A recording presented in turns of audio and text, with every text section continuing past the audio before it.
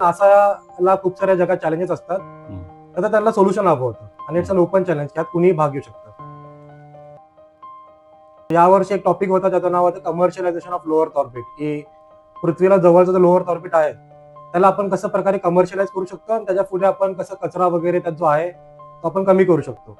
आमचा उद्देश हे आहे की सध्या लोअर ऑर्बिटमध्ये एवढा कचरा आहे, we want to build a system and we want to start a startup की ज्याने आम्ही हा कचरा फक्त कमी नाही करणार तर पुढे पण हा वाढला नाही पाहिजे.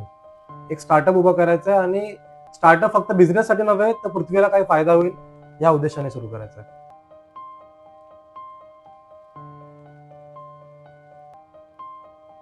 पाली सारख्या ग्रामीण भागातून आपण पुढे जात नासाच्या जागतिक इव्हेंटमध्ये आपण विजेतेपद पटकावलेलं आहे.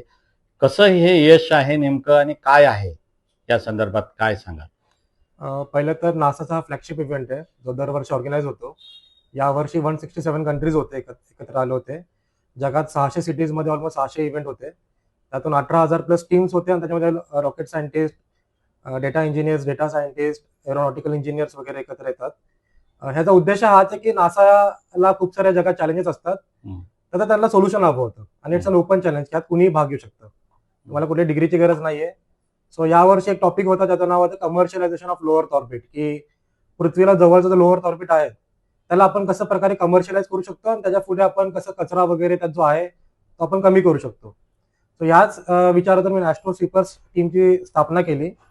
यात तब्बल 4 देशातून आम्ही मुलं आहोत. इजिप्त, फिलिपिन्स, जर्मनी आणि भारताचे 3 जण आहोत. एकूण 6 मुलं होतो. आणि यातून मग आम्ही एक बिझनेस प्लॅन तयार केलाय, पूर्ण रेव्हेन्यू मॉडेल तयार केलाय, एक स्टार्टअप उभा केलाय. आणि तेच नव्हे तर याच्यामध्ये आम्ही वेगवेगळे सोल्युशन्स काढले, जसं की नासाकडून एक सॉफ्टवेअर येतं, त्याला डेब्रिस असेसमेंट सॉफ्टवेअर म्हणतात. तर त्या सॉफ्टवेअरचा यूज करून आमच्याकडे 100 वर्षाचा डेटा नासाकडनं आला होता. युएस एअरफोर्सने आम्हाला तब्बल 30,000 सॅटेलाइटचा डेटा पुरवला आहे, की जे लो अर्थ ऑर्बिटमध्ये कार्यरत करत आहात. तो डेटा आम्हाला भेटलाय. त्या व्यतिरिक्त युरोपमध्ये लक्झमबर्ग नावाचा देश आहे, तिकडून आम्हाला एक स्पार्क डेटा सेट भेटलाय. तर अशा मी बऱ्याच डेटा सेटचा वापर करून बरेच एक टेस्ट रन केला आमच्या सॉफ्टवेअरमध्ये आणि एक कॅल्क्युलेशन करून एक नवीन फॉर्म्युला क्रिएट केलाय. तो फॉर्म्युला अशा प्रकारे आहे साध्या भाषेत, की बँकेला एक स्कोर असतो, क्रेडिट स्कोर. कुणाला लोन द्यायचं का नाही द्यायचं हे आपल्याला त्या स्कोरवरून कळतं. तर सिमिलरली वी थॉट की even space needs a credit score. आम्ही एक स्पेससाठी स्कोरचा निर्माण केला आणि त्या प्रकारे आम्ही एक तेच फॉर्म्युलाज आणि सॉफ्टवेअरचा वापर करून फर्स्ट टाइम एक असा काहीतरी युनिक केलाय की स्पेससाठी सुद्धा एक स्कोरचा निर्माण केलाय.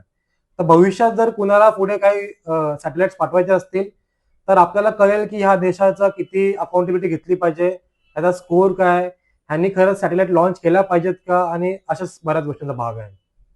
आपल्यासोबत किती जणांची टीम आहे एकूण? आम्ही एकूण 6 जण होतो, त्यात मी भारतातील अजून 2 जण आहेत. एक चेन्नईची प्रगती, गुजरातमधून हर्षिव, आणि त्या व्यतिरिक्त अजून 3 देशातनंही होते. तर जेनाब फ्रॉम इजिप्त, योसरा फ्रॉम जर्मनी आणि शर्लिन फ्रॉम फिलिपिन्स.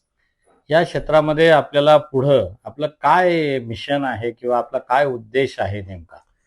तर आता हा मी एक प्रकारे सांगितलं की आम्ही स्टार्टअपच उभा केलाय.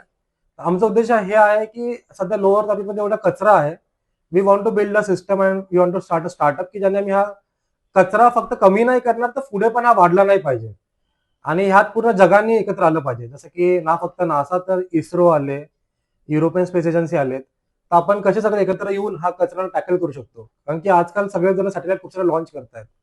त्याला काही मर्यादा राहिली नाहीये. तर एक सिस्टम अशी डेव्हलप झाली पाहिजे की सॅटेलाइट लॉन्च करताना कशा प्रकारे त्याला एक कॅप टाकता आला पाहिजे की कमी लॉन्च करा.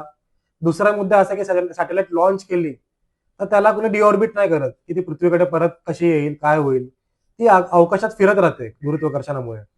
तर एक अशी सिस्टम क्रिएट करता आली पाहिजे की ऍटलिस्ट मे बी 20 वर्षांनी किंवा 25 वर्षांनी ते परत डिऑर्बिट करून पृथ्वीकडे परत पडतील आणि त्यामुळे कचरा कमी होईल एक प्रकारे. तर असे काही आमचा प्लॅन आहे. एक स्टार्टअप उभं करायचं आहे आणि स्टार्टअप फक्त बिझनेससाठी नव्हे तर पृथ्वीला काही फायदा होईल या उद्देशाने सुरू करायचं आहे.